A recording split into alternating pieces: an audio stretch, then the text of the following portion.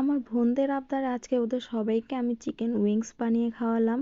সবাই বলে আমার হাতের প্রত্যেকটা রেসিপি নাকি অনেক মজা হয়, তাই ওরা আবদার করছিল অনেকদিন ধরে ওদেরকে চিকেন উইংস বানিয়ে খাওয়ানোর জন্য।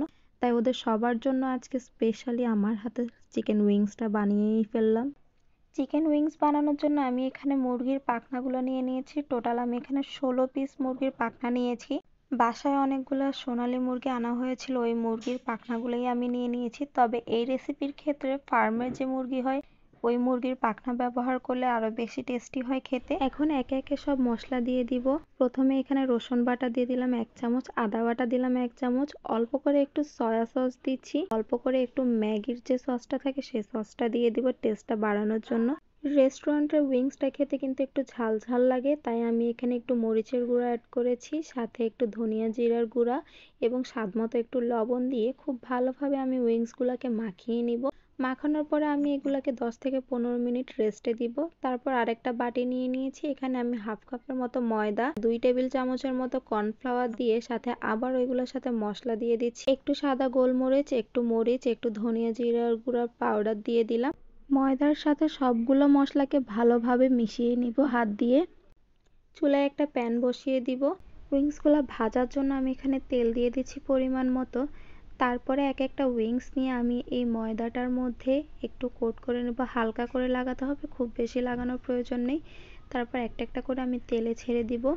এভাবে সব কয়টা উইংসকে আমি ময়দার মধ্যে মাখিয়ে তারপর তেলে ছেড়ে দিব। এই উইংসটা বানাতে তেমন একটা কোনো ঝামেলাই নেই, যে কেউ চাইলে খুব সহজে বাসায় বানাতে হবে। যখন খেতে মন চাবে আপনি নিজেই বাসায় বানিয়ে ফেলতে পারবেন। এরপরে সবগুলো উইংসকে আমি একটু গোল্ডেন ব্রাউন করে ভেজে একটা প্লেটে তুলে নিব। একটু মুচমুচে করে ভাজলে খুব ভালো হয়, তাহলে খেতেও এর টেস্টটা অনেক বেশি ভালো লাগে। প্রথমবার ভাজার পরে বাকি যে উইংসগুলো ছিল সেগুলো আমি একে একে তেলে দিয়ে দিব। এগুলোকেও আমি একটু গোল্ডেন ব্রাউন করে ভেজে উঠিয়ে নিব। ভিডিওতে দেখে একটু ঝামেলা মনে হলেও এই উইংসটা বানানো খুবই সহজ, অল্প সময়ে বানানো যায় এবং রেস্টুরেন্টের মতো কিন্তু একটা পারফেক্ট টেস্ট আনা যায়।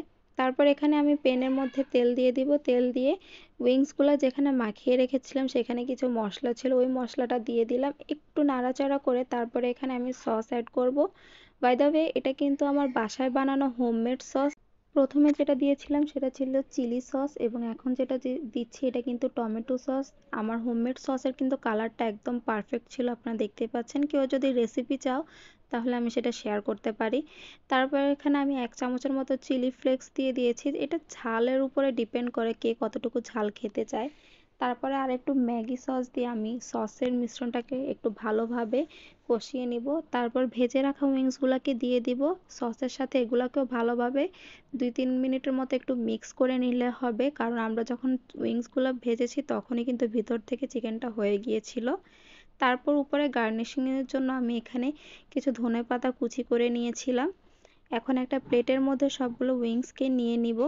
কালারটা দেখে এখানে খেতে মন চাচ্ছে না, আমার তো মনে হচ্ছিল তখনই খেয়ে ফেলি, উপর আর কিছু করার দরকার নাই। কিন্তু তারপর ডেকোরেশনের জন্য তো কিছু একটা করতে হয়, তাই উপর থেকে ধনেপাতা একটু কুচি করে দিয়ে দিলাম। সাথে উপর থেকে একটু সাদা তিল দিয়ে দিলাম যাতে দেখতে আরো বেশি সুন্দর লাগে। একদম রেস্টুরেন্টের মতো দেখতে হয়েছে না? খেতেও কিন্তু একদম পারফেক্ট রেস্টুরেন্টের টেস্ট ছিল। এই ছিল আমার উইংসের ফাইনাল লুক। দেখে এত মজা লাগছে এবং বাসার সবাই আলহামদুলিল্লাহ অনেক বেশি প্রশংসা করেছে এই রেসিপিটার।